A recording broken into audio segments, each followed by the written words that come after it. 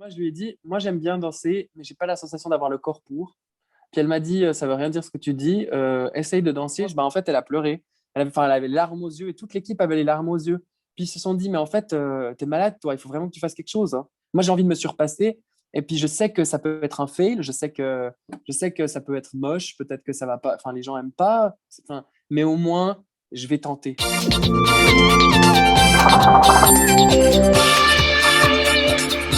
Bonjour tout le monde. Aujourd'hui, on accueille notre big star, John. Trop chou. Bonjour Salut! John, comment vas-tu? Bonjour. Bah, ça va bien. Alors aujourd'hui, c'était ma journée off, donc je suis content de prendre du temps pour moi. On a pu faire une petite visite ce matin de la ville, donc c'était chouette. Ouais, c'était vraiment une belle visite. Et là, je suis rentré à l'hôtel. J'essaie d'un petit peu de me reposer. Je pense que je vais aller courir un peu après aussi parce que j'ai beaucoup trop mangé de sucreries ici. J'ai déballé tout de suite les gaufrettes au miel parce qu'on a reçu des gaufrettes de l'Eurovision au miel. Ah ouais, Donc, faut d'accord. dire quand même que j'ai un peu explosé le truc et il reste plus grand-chose, quoi. Il en reste quoi? Il doit rester trois gaufrettes, quoi. Ils vont Ouais, sûrement t'en redonner, ça ne doit pas y avoir de souci.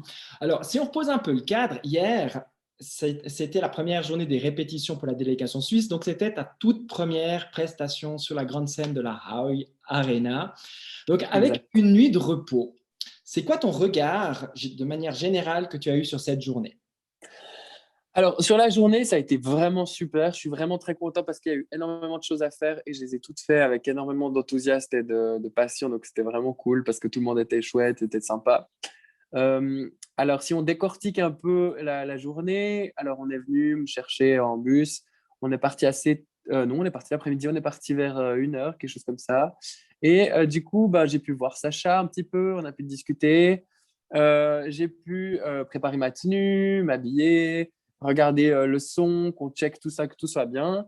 Ensuite, bah, est venu le moment de la répétition où je découvre aussi mon décor pour la première fois parce que je l'ai toujours vu en 3D, donc ça a été impressionnant. J'étais super content. Et puis, c'est aussi particulier parce que quand je suis monté dessus, vu qu'on ne voit pas vraiment les pieds, c'est quand même une structure qui fait assez peur parce qu'elle bouge un peu. Donc, c'est vrai qu'il a fallu que je sois très confiant. Mais j'avais bien travaillé et du coup, comme j'avais beaucoup travaillé, bah, on va dire que j'avais déjà au moins mes repères pour rester sur la ligne droite, on va dire, du décor. Et franchement, après avoir performé les 3 fois, alors je me suis senti vraiment bien, mais ça a été chouette d'avoir aussi le rendu télé parce que ce qu'on entend dans nos oreilles, c'est pas ce qui va être entendu à la télé exactement, bien sûr. Donc du coup, bah, j'ai pu vraiment voir en fait ce que ça allait donner et où je pouvais modifier certaines choses, notamment sur la justesse ou des fois pour les couplets, par exemple, je sais que je peux faire un peu mieux et aussi pour la danse, pour les mouvements et aussi pour enfin pour des choses sur les lumières, sur les plans avec de caméras dont Sacha s'occupe. J'ai pu vraiment discuter avec elle et dire aussi ce qui me plaisait, ce qui me plaisait moins, parce que forcément moi aussi j'avais certaines attentes. Voilà, je suis très content en tout cas de voir le résultat. Et il faut aussi que je me rappelle, parce que moi je sais que je suis quand même très dur des fois avec moi-même, mais là en l'occurrence, comme j'avais pas mal d'attentes, faut dire que bah, c'était la première répétition, donc c'est bon quoi. Mais c'est cool de voir que ça peut changer. Parce qu'il y a des choses pour moi qui ne matchaient pas trop avec certains angles de vue, par exemple certaines ombres sur le visage, ou tout d'un coup, ça donnait quelque chose d'un peu presque disgracieux, qui ne mettait pas en valeur. Donc, c'était plein de choses comme ça à voir sur les angles, aussi comment me positionner, tout ça. Bon, c'était la première répétition, donc il faut un peu que je me calme, mais voilà. Oui, oui, oui, de toute façon. Alors, parlons justement, qu'est-ce qu'il faut pour réussir à l'Eurovision? Il faut 5 éléments et on va les reprendre en revue avec toi si tu es d'accord. Donc, Ok. tout d'abord, il y a la question de la chanson. Donc, il faut qu'elle soit de qualité, il faut qu'elle plaise. Ça, c'est un peu la base. C'est comme l'Eurovision Song Contest. Ensuite, il y a la voix. Impeccable, il faut qu'il n'y ait pas de fausses notes. En Suisse, on a eu, on a eu des artistes qui ont fait quelques fausses notes. C'est assez rédhibitoire. La troisième chose, c'est la question de la mise en scène. Il faut qu'elle soit originale, qu'elle serve la chanson, qu'elle se démarque finalement parmi les autres prestations. Ensuite, on Mhm. trouve la question de l'interprétation, de l'authenticité de l'artiste. Il faut que l'artiste puisse être lui-même sur scène. Et puis, le dernier aspect, un peu moins important, mais quand même, ça participe à l'élément visuel, c'est la tenue. Donc, on va les prendre les uns après les autres, puis poser quelques questions à ce niveau-là. Alors, commençons déjà avec Complètement. la OK. chanson. Tout l'univers, donc tu l'as dit hier aussi lors de ton meet and greet, Hmm. c'est une chanson qui était d'abord en anglais, Ground Zero. Et Ground Zero, ce n'est pas un mot qui existe dans la langue française. Il a fallu trouver autre chose. On part sur un point d'impact. Est-ce que toi, tu as l'impression que dans le processus de traduction de l'anglais au français, la chanson aurait peut-être perdu quelque chose? Et à l'inverse, est-ce que la chanson aurait gagné forcément autre chose? Ben, le truc, c'est que j'ai l'impression quand même qu'on arrive franchement à une traduction qui est vraiment très proche de la version anglaise. Parce que c'était l'idée. Le but, c'était vraiment, avec Xavier, quand on discutait, on disait ce qu'on veut, c'est garder l'essence du texte. Ce qu'on veut, enfin, ce que je veux, moi, c'est vraiment de pouvoir avoir ce texte qui m'a énormément plu en anglais, mais en français, vraiment. Et c'est pour ça qu'on a été dans la traduction. Et comme moi, je me suis dit, c'est une chanson qui est censée reproduire, enfin, faire ressentir une image, enfin, plutôt une chanson d'émotion, enfin, une chanson qui décrit l'émotion plutôt que une chanson qui raconte une histoire. Pour moi, c'était pas tellement problématique, justement, cette traduction-là. Parce qu'il y a une manière d'écrire aussi en anglais que je trouve très poétique, qui est très implicite, et c'est ce que je voulais aussi en français là avec cette chanson. Euh, Parce que c'était pas 1, 2, 3, nous irons au bois, on va chercher des baies, on va les manger, on s'éclate. Non, l'idée c'était vraiment d'avoir une chanson qui raconte justement pas une histoire, qui soit une chanson qui soit complète une description de l'émotion, de cette explosion. En fait, c'est vraiment, moi, quand je chante cette chanson, j'ai l'image de ce nuage qui est créé par une explosion, de cette image, pardon, qui est créée par cette explosion nucléaire, où il y a ce truc qui t'arrive dessus comme ça, et tu as deux possibilités. Soit tu te fais engloutir, soit tu t'abandonnes, soit tu essaies quand même de rester debout, même face à cette tempête de fumée qui t'arrive dessus. Donc, c'est vrai que c'est plutôt, qu'est-ce qui va se passer, tout ça, c'est un peu l'idée de la chanson. C'est un peu, on va dire, plutôt, comme je disais, quelque chose plutôt dans le ressenti. Donc, et ça, pour moi, on l'a pas perdu en français.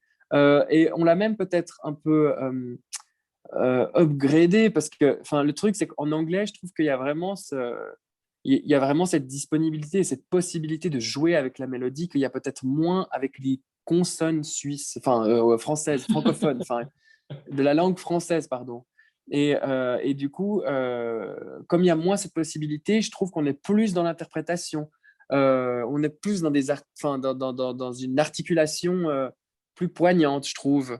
Mais simplement, quand on regarde des artistes qui présentent un texte qui en fait, qui raconte une histoire, quand on regarde, par exemple, elle s'appelle, je crois, Little Sims en Angleterre, c'est une rappeuse. Quand elle déballe son texte, c'est toujours presque chantant, en fait. C'est toujours, on est dans l'accent britannique, on est dans un truc, pas dans la prononciation des R, on n'est pas on tape les lettres. Puis je trouve qu'en français, on a cette possibilité-là qui donne tout d'un coup un côté plus engagé. Et c'est pour ça que je trouve que c'est vraiment chouette, cette langue française, et puis qu'elle est super belle, en fait, aussi à manier, parce qu'il y a justement aussi les voyelles comme tout le monde, comme l'anglais, mais en même temps, il y a ces consonnes qui peuvent être, ça peut être la mitraillette, quoi. Et justement, j'essaie de combiner un peu les deux. Ouais, et c'est réussi, on peut te le dire. Merci. Donc, parlons maintenant du deuxième point, la voix. Donc, Ouais. félicitations hier, même si toi, tu as eu l'impression qu'il y a des éléments qu'on peut améliorer. Les feedbacks qu'on entend dans le centre de presse sont unanimes. Tu as l'une, si ce n'est la plus belle voix de cette Eurovision Song Contest. Donc, personne ne va remettre ça en question. Et cette Trop voix, elle bien. a une signature vocale.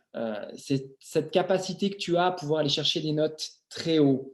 Et ça te différencie totalement des autres artistes, qui est aussi important dans ce concours. C'est Euh, clair. on t'a découvert finalement tout petit dans tous les concours, en Albanie, en Suisse, en France, les Super Talents et aussi le Kiosque à musique. Retrouvez la vidéo. Oh mon Dieu. C'est Ah ouais. Jean-Marc Richard Non, qu'on avait parlé. J'ai dit, on va y chercher. j'ai fait plein de choses hein, dans ma vie. Ah. Exactement. Non, Et je là, suis tu avais fier ta de voix tout. d'enfant. Ensuite, pendant un moment, on ne te revoit plus. Tu reviens à The Voice France. tu as ta voix d'adulte. Et on voit effectivement le grand changement. Ce qui m'intéresserait de savoir, c'est quand est-ce que tu as découvert finalement cette voix de tête et comment tu as décidé de te l'approprier? Ben, en fait, bon, déjà, tout le monde parle de voix de tête, mais je crois pas que j'ai forcément une voix de tête impressionnante. C'est la voix mixte en réalité. Donc, c'est Mhm. pour ça que c'est un peu plus impressionnant parce qu'en général, en général, on a une voix, il y a trois voix importantes. C'est la voix de poitrine, qui est la voix avec laquelle on parle normalement. Si par exemple, je parle comme ça, bon, il y a des gens qui parlent, mais bref. Normalement, c'est la voix la plus naturelle. Donc, théoriquement, ça doit être celle-ci, celle qui vient du ventre, enfin, du diaphragme, du torse. Enfin, c'est la voix de poitrine. Ensuite, on a la voix de tête où il y a un basculement vraiment le son vient, on sent que la résonance, enfin c'est plutôt une question de résonance, ça résonne beaucoup plus dans la tête, derrière la tête, et puis on va chercher des trucs plus doux et beaucoup plus aigus. Puis après il y a un espèce d'entre-deux entre la voix de poitrine et la voix de tête qui permet, en fait la voix mixte qui permet vraiment d'avoir plus de puissance et qui permet aussi peut-être de, enfin bah justement c'est un chemin entre les deux. Et en fait je pense que ce qui est impressionnant, enfin pour les gens, c'est que ma voix mixte, elle arrive plus haut, enfin même plus haut que ma voix de tête. Et du coup, les gens sont pas l'habitude de ça. Et puis, les artistes qui ont cette faculté-là, c'est souvent, bah, dans ceux que j'entends, en tout cas, que je vois travailler, c'est souvent, bah, par exemple, Beyoncé, quoi. Mhm. Donc, c'est vrai que c'est une voix qui impressionne. Bah, en fait, c'est une voix que j'ai toujours travaillé en réalité sans le savoir. Et que après, quand j'ai commencé le conservatoire, que j'ai développé, évidemment. Puis en fait, en fait, ces notes-là, je les ai, mais c'est parce qu'en fait, je les ai juste travaillées. Je sais que si je chante plus pendant un mois, et que je travaille pas ces notes-là, bah en fait, ma tessiture, elle va baisser. Mhm. Donc, il va falloir que je retravaille. Et des fois, par exemple, je peux perdre une note en 2 semaines. Et puis après, pour la revoir, il faudra travailler pendant 2 mois. Enfin, c'est vraiment. Voilà quoi. Et dans le temps, et dans le même temps, il faut essayer d'aller plus bas et d'aller plus haut. En fait, la voix, c'est comme un élastique en réalité. C'est un élastique que tu vas tirer, que tu vas tirer, que tu vas tirer. Et après, tu relâches et ça agrandit. Mais après, au bout d'un moment, l'élastique, il se resserre si tu le travailles pas encore. Tu vois ce que je veux dire? Ouais, tout à fait. C'est une matière qui tombe. C'est un muscle, en fait. Les cordes vocales, c'est un muscle. Donc, si tu vas plus à la gym, si tu vas plus au fitness, tes biceps, ils tombent. Enfin, voilà. C'est exactement la même chose. Donc, bah oui, je pense que ce qui étonne, c'est ça. C'est le fait que les nombreuses heures de travail, on les entend et ça fait plaisir. Moi, ça me fait plaisir d'entendre ça. Parce que même si au final, par exemple, la note sort faux, ben, la note, par exemple, imaginons, elle est aiguë, ben, les gens ils vont dire waouh, c'est aigu. Ils vont pas dire forcément directement c'est faux, ils vont d'abord dire c'est aigu et ils voient le travail avant, avant la note. Mon Dieu, je suis désolé cette interview, mais je suis à moitié. Enfin, j'ai été très fatigué pour la journée d'hier et j'ai Pas très de peu dormi pour souci, être pas de honnête. souci. Mais j'espère que les réponses sont bien Alors, pour parlons vous. maintenant de la mise en scène. Donc, tu as parlé Sacha Jean-Baptiste, directrice artistique. Tu avais dit tout au départ que tu savais déjà ce que tu voulais avoir sur scène. Et quand tu l'as rencontré, tu lui as expliqué ce que tu voulais. Ouais. Maintenant qu'on a vu ce qui se passait sur scène, c'est quoi les mots que tu as utilisés quand tu lui as parlé de ce que tu avais envie d'amener sur scène? Alors, ben, tout a commencé avec répondez-moi. Donc, en fait, ce qui s'est passé, c'est que moi, je lui ai dit, moi, j'aime bien danser, mais j'ai pas la sensation d'avoir le corps pour. Puis elle m'a dit, ça veut rien dire ce que tu dis, essaye de danser, je vais mettre ta musique, chante pas et essaye. Et on a tourné, en fait, cette vidéo-là, première vidéo. D'ailleurs, pourquoi pas, je la posterai, pourquoi pas, sait-on jamais. C'est une bonne idée. Et puis, je me suis dit, elle m'a dit, donc, fais, juste fais. Et puis moi, je lui ai dit, mais qu'est-ce que je fais? Elle m'a dit, essaye. Et en fait, vraiment, j'ai essayé. Et puis, je pense qu'elle a vu peut-être la souffrance de. Enfin, la souffrance. Je pense qu'elle a vu peut-être la honte aussi que j'avais à ne pas oser utiliser mon corps. Puis, du coup, à la fin de la danse, enfin, à la fin de cette espèce de. Je sais pas comment appeler ça, cette espèce de performance, bah, en fait, elle a pleuré. Elle avait les larmes aux yeux et toute l'équipe avait les larmes aux yeux. Puis, ils se sont dit, mais en fait, t'es malade, toi. Il faut vraiment que tu fasses quelque chose hein, avec ça. Donc, je me suis dit, OK, on y va, alors, let's go. De toute façon, moi, j'avais envie de tester. Moi, c'est ce que j'ai dit depuis le début, mes premières interviews, depuis The Voice, même avant. Moi, le plus important, c'est de challenger, de me défier. Si je me défie pas, ça sert à rien de faire ça. Enfin, je veux dire, ça me sert à rien de faire leur vision. Moi, j'ai envie de me surpasser. Et puis, je sais que ça peut être un fail. Je sais que ça peut être moche. Peut-être que ça va pas. Enfin, les gens aiment pas. Enfin, mais au moins, je vais tenter. Et c'est le plus important. Euh, parce que la vie elle est beaucoup trop courte pour avoir des regrets. J'avais juste envie de tenter. Moi, je présente quelque chose de nouveau pour moi. Mhm. Et ce que j'ai entendu le plus souvent, c'était il essaie quelque chose d'avant-gardiste. Et enfin, c'est incroyable de me dire ça. Franchement, c'est un des plus beaux compliments qu'on puisse me dire. Et puis, et c'est vrai bah, que moi, enfin, je suis en train de tenter quelque chose, puis on verra ce que ça va donner avec les plans de caméra et tout ça. Mais franchement, j'ai tellement travaillé, je suis assez confiant. Je vais encore revoir Sacha pour qu'on fasse un feedback après et vraiment qu'on puisse discuter des détails, de comment, enfin, vraiment qu'on soit au bout des choses et que tout se passe bien. Ouais. Parlons maintenant de l'interprétation. Il y a Manitsa, la chanteuse russe, qui tout à l'heure, à sa conférence de presse, elle a dit que l'Eurovision Song Contest permettait aux artistes d'être eux-mêmes sur scène, contrairement à l'industrie musicale où finalement on doit des fois se formater à ce qu'on attend de nous. Est-ce que pour toi, c'est le cas? Tu te dis, voilà, c'est du 100% John Steers sur la scène de l'Eurovision Song Contest. Oui et non. C'est vrai, c'est faux pour moi. Oui, alors ce sera du 100% John Steers sur scène. Mais qu'est-ce que ça veut dire du 100% John Steers? C'est ça la question. C'est que 100% John Steers, ça ne veut pas dire 100% de moi. 100% John Steers, ça veut dire une délégation qui a travaillé avec moi. En fait, c'est tout un puzzle, John Mhm. Steers, qui va chanter à Rotterdam. C'est Sacha qui a travaillé avec moi. C'est tout mon label qui a financé, qui m'a soutenu pour le clip, qui a créé ce projet avec moi, où j'ai dit, je veux un accident de voiture, je veux un clip comme ça, je veux ces images-là, j'aimerais qu'on regarde ces inspirations de Lars von Trier, j'aimerais que... Et vraiment, j'ai vraiment voulu l'imagerie et le puzzle, on va dire, les pièces, on les a construites à chaque fois ensemble. Euh, les pièces, on les a construites à chaque fois ensemble. Donc, le truc, c'est que John Steers, enfin, à l'Eurovision, c'est un mélange de moi, mais je peux pas dire non plus que, Mhm. enfin, quand je dis que c'est vrai, c'est parce que oui, je vais montrer un travail sur lequel, enfin, un travail qui me représente puisque j'ai composé la chanson et écrit la chanson avec enfin, avec des co-auteurs et compositeurs, avec Xavier Michel, avec Nina Sempermans, avec Walter Hardy, où on a travaillé les quatre ensemble, euh, avec David Tomaszewski avec le clip, avec Sacha Jean-Baptiste pour la scène. Donc oui, je vais travailler, enfin, je vais montrer un puzzle enfin, j'adore ce mot, franchement, je trouve que ce mot, il est incroyable, le puzzle. Et on va manger, oh, voilà, on va montrer, mon Dieu, pardon, on va montrer une sphère de gens qui ont travaillé avec moi, qui représentent du temps de travail, de la créativité qu'on a construit ensemble. Et ça, bien sûr, ça va être 100% authentique. C'est ça la question, c'est ça le truc. Après, non, c'est faux. Je vais pas montrer du 100% John parce que le truc, c'est que si j'ai pu montrer moi ce que j'aurais voulu, bah, je serais venu avec mes musiciens, on aurait joué en live, on aurait, enfin, je sais pas comment dire, mais j'aurais peut-être gardé même le même staging. Enfin, c'est pas ça le problème. C'est juste que, mais la chanson, par exemple, elle aurait peut-être pas duré 3 minutes pile. Ça aurait pas été dans un critère. On n'aurait pas calculé 45 secondes par changement de décor. On n'aurait pas. Enfin, je veux dire, euh, tu fais partie d'un processus. Donc, tu acceptes de justement déjà te compromettre. Enfin, ça veut dire que tu vas.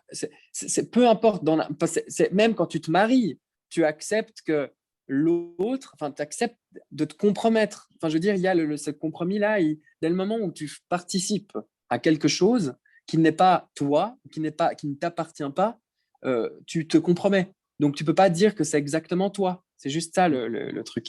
Est-ce que tu arrives rapidement à nous expliquer comment s'est passé le processus pour déterminer ta tenue? Est-ce que tu as, donc au niveau des vêtements, texture, couleur, est-ce que tu as eu carte blanche ou est-ce que tu as été chaperonné pendant tout Alors, le processus? pour le costume, j'avais vraiment envie de travailler avec des gens de la région. J'avais vraiment envie de travailler avec Evan et Benjamin. Ils ont passé 83 heures sur coudre les perles en matière de miroir, j'arrive plus à parler, en matière de miroir sur la chemise, Mhm. sur un imprimé qu'ils ont créé eux avec un graphiste.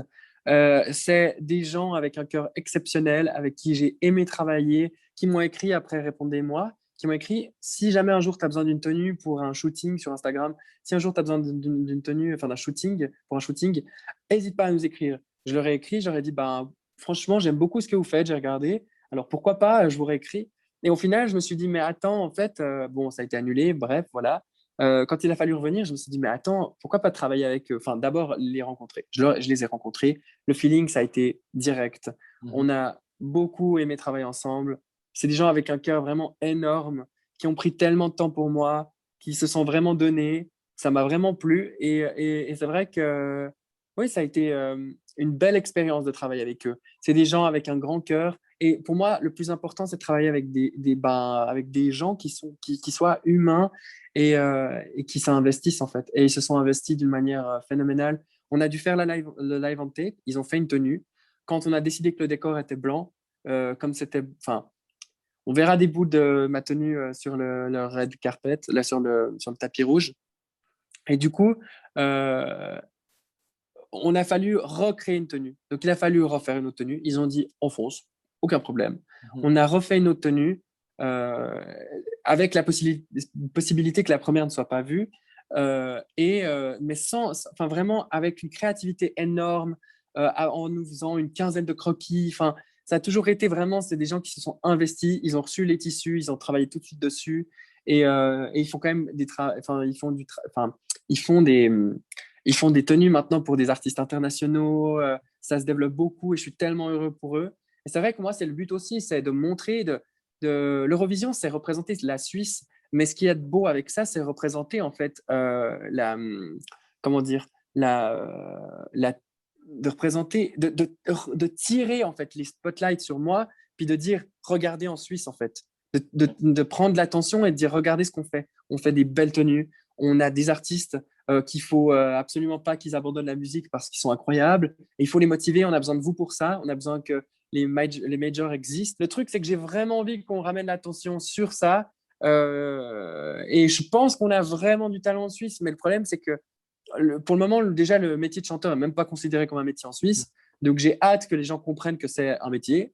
Et voilà quoi. Parce que c'est vrai que ça commence à devenir un peu ennuyant que les gens me disent mais c'est incroyable, comment tu as pu faire 44 interviews en 4 jours. Bah, ça fait partie du métier, voilà. C'est comme ça. Et puis après, c'est ce que je dis, c'est un métier. Et du coup, je suis convaincu que les gens, ils vont s'en rendre compte. Et je suis convaincu aussi que peu importe le résultat, les choses vont se développer en Suisse. En tout cas, je vais tout faire pour. En tout cas, c'est magnifique. Ouais. Merci beaucoup. Alors, avant qu'on se quitte, nous sommes en lien avec Evelyne et Sabrina de ton fan club en Suisse. Ah, trop bien, je les adore, elles sont incroyables. Voilà. Est-ce que tu as un message pour tes fans en Suisse? Déjà, un gros bisou à Sabrina et à Evelyne, parce que c'est vrai qu'elles me suivent depuis longtemps maintenant. Sabrina, elle habite quand même à Troyes, en France, et elle n'a jamais hésité à venir. Evelyne, elle est venue à tous mes concerts, elle habite dans le Jura. Et c'est vrai que c'est des gens qui sont incroyables, que j'ai invités chez moi parce que j'ai envie de discuter avec, qui m'ont donné de leur amour, de leur temps. Et maintenant, on parle parce que justement, elle s'occupe du fan club et tout ça. Ça me touche énormément. C'est de prendre le temps pour moi comme ça, pour moi, déjà, ça me paraît dingue. Et ça me touche beaucoup. Franchement, c'est quelque chose sur lequel, enfin, on s'y attend pas en fait. Et c'est tellement dur de se donner une valeur à soi, surtout quand d'un côté on est tiré vers le haut et de l'autre côté on est tiré vers le bas. Donc c'est vrai que c'est très compliqué parce que justement on me dit waouh, c'est tellement bien ce que tu fais, tu te rends compte à ton âge, t'es à l'Eurovision et ça me fait tellement plaisir et du coup je me dis c'est tellement cool pour moi et de l'autre côté on me tire et on me dit mais attends, t'es personne dans le milieu de la musique en France, donc calme-toi. Si tu veux une interview à la télé, il va falloir que tu fasses plus de visibilité parce qu'on te mettra pas en fait à la télé. Donc c'est vrai que c'est dur.